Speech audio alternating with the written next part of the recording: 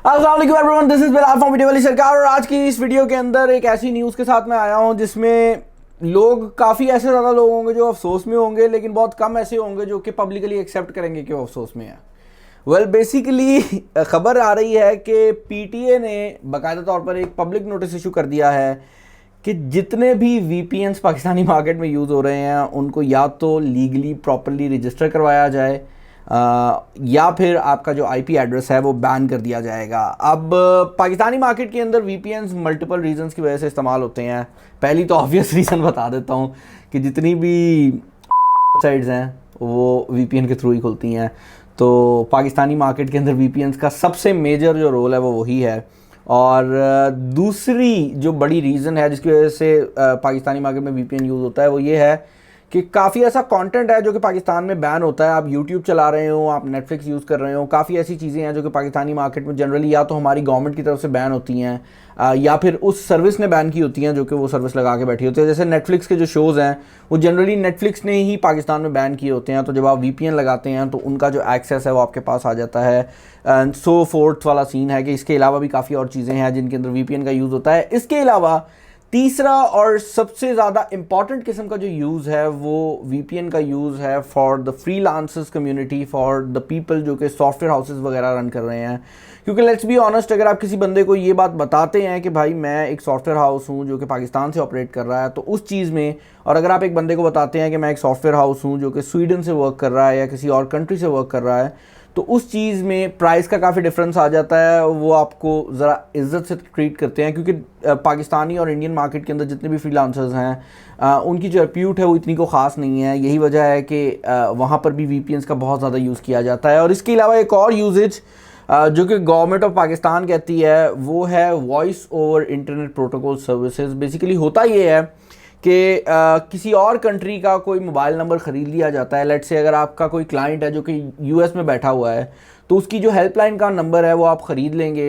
US का number होगा तो अगर कोई बंदा उस पर कॉल करेगा उसको ऐसे ही लगेगा कि वो अमेरिका कॉल कर रहा है, लेकिन वो नंबर जो है वो पाकिस्तान में किसी कंप्यूटर के साथ कनेक्टेड होगा और उसके ऊपर आने वाली जो कॉल्स हैं उनके ऊपर बाकायदा तौर पर पूरे पूरे कॉल सेंटर्स ऑपरेट कर रहे होते हैं। और ये वो चीज़ है जिसके ऊपर पीटीए ने जो क्वेश्चन मार्क है वो उठाया है, क्योंकि वॉइस ओवर आईपी जो कॉल्स होती हैं वो अलाउड नहीं होती। अब आप बोलेंगे भाई हम व्हाट्सएप पे भी तो कॉल करते हैं, वो कैसे अलाउड है?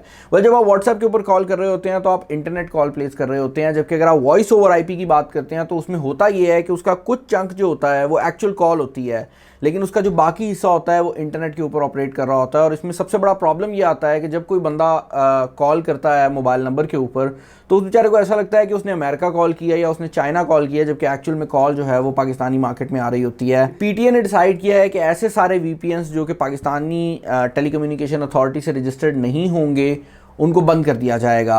अब पहली बात तो ये है कि यार to be very honest on this one, इस टाइम पाकिस्तान की जो हालत है ना इकनॉमी वाली साइड से, अगर आप किसी भी कारोबार को डिस्टर्ब करते हैं तो मेरे हिसाब से कुछ फैमिलीज़ होंगी जो कि उससे इफ़ेक्ट होंगी और उनकी जो रोज़ी रोटी है वो ख़त्म हो जाएगी। क्योंकि इस टाइम पर अल्टरनेटिव्स ढूंढना तो पॉसिबिलिटी नहीं है। जिन बेचारों की पहले जॉब लगी हुई थी वो भी जा रही है, तो अब आप उसके ऊपर भी अगर ये कॉल सेंटर्स वगैरह बंद कर देते हैं तो मेरा नहीं ख्याल कि किस तरह ऑपरेट होगा। क्योंकि पाकिस्तान के काफ़ी बड़े सिटीज़ हैं जहाँ पर ये कॉल सेंटर्स चल रहे हैं। पर्सनली आई नो लाहौर के अंदर ये जो ट्रेंड है बहुत ज़्यादा है और इसकी बेसिस पे बड़ी बड़ी कंपनीज ऑपरेट कर रही हैं। और अगर इन बड़ी कंपनीज़ को बंद किया जाता है तो काफ़ी ऐसे लोग हैं जिनकी फैमिलीज़ बहुत बुरी तरह से इफ़ेक्ट होंगी। इसके अलावा भी अगर आप किसी भी कंट्री के अंदर वीपीएन को बैन करते हैं या वीपीएन को कहते हैं कि भाई ऑफिशियली रजिस्टर करवाओ, तो ये फ्रीडम ऑफ स्पीच के ऊपर भी किसी हद तक आ जाता है। अब मैं उस चीज़ पे जाना नहीं चाहूँगा कि इसको इसलिए किया जा रहा है या नहीं किया जा रहा, क्योंकि कहीं पर भी उन्होंने इस चीज़ को मेंशन नहीं किया और हो सकता है कि वो शायद जो कॉर्पोरेट वाले वीपीएन्स हैं उन्हीं को भी बैन करें, क्योंकि उनने जो पॉइंट आउट किया है वो भी सिर्फ उन्हीं वीपीएन्स को किया है जो कि कंपनीज इस्तेमाल कर रही हैं वॉइस ओवर आईपी के लिए। लेकिन अगर वो वीपीएन बैन करते हैं तो वो ये कैसे पता लगाएंगे कि भाई ये वीपीएन कंपनी इस्तेमाल कर रही है और ये वीपीएन कोई लड़का इस्तेमाल कर रहा है नेटफ्लिक्स पे मूवी देखने के लिए? तो ये जो चीज़ है ना बड़ी ग्रे एरिया के अंदर चली जाती है। लेकिन अभी के लिए ये खबर आई है कि पीटीए इस चीज़ को सोच रही है कि वो वीपीएन्स को बैन कर दे। और इसके अलावा भी मेरा जो इस पे ओपिनियन है वो बड़ा सिंपल सा रहा है कि पाकिस्तान के अंदर मसला ये है कि जिस चीज़ की हमें समझ नहीं आती ना हम उसे बैन कर देते हैं। हमें मसला ये होता है कि कोई नई टेक्नोलॉजी आती है या कोई नई चीज़ आती है, पाकिस्तान के अंदर उस चीज़ को बैन कर दिया जाता है और फिर अगले 10-15 साल बाद हमें याद आता है कि हाँ यार ये तो बड़ी कमाल टेक्नोलॉजी थी। फिर हम कहते हैं पाकिस्तान में एक्सपर्ट जो है उनको बुलाया जाए और पता लगता है कि कोई एक्सपर्ट मौजूद ही नहीं है, क्योंकि 15 साल पहले तो आपने बैन कर दिया था। उसके बाद फिर हम बाहर से कोई एक्सपर्ट बुलाते हैं, उसको सेलिब्रेट किया जाता है कि वो बाहर से एक्सपर्ट किसी बड़ी कंपनी में जॉब छोड़ के पाकिस्तान आ गया है। वो एक्सपर्ट यहाँ आता है, वो देखता है कि भाई यहाँ तो 15 साल से ये चीज़ बैन थी, किसी को पता ही नहीं है कि ये चीज़ ऑपरेट कैसे होनी है। वो बेचारा सक्सेसफुल भी नहीं हो पाता, वो वापस चला जाता है या अनसक्सेसफुल होकर पाकिस्तान में ही रह जाता है। तो कहने का मकसद ये है कि पाकिस्तान के अंदर ये जो इकोसिस्टम है ना, कि जिस चीज़ की समझ नहीं आती उसको बैन कर दिया जाता है, इसको अब ख़त्म करना पड़ेगा। और मेरे हिसाब से आईटी वो वाहिद ऐसा सेक्टर है जिसके अंदर पाकिस्तान जो है वो ना सिर्फ तरक्की कर सकता है बल्कि बाकी मुल्कों के साथ कम्पीट भी कर सकता है। क्योंकि जब आप इंटरनेट के ऊपर आ जाते हैं ना, तो उसमें सब बराबर हो जाते हैं।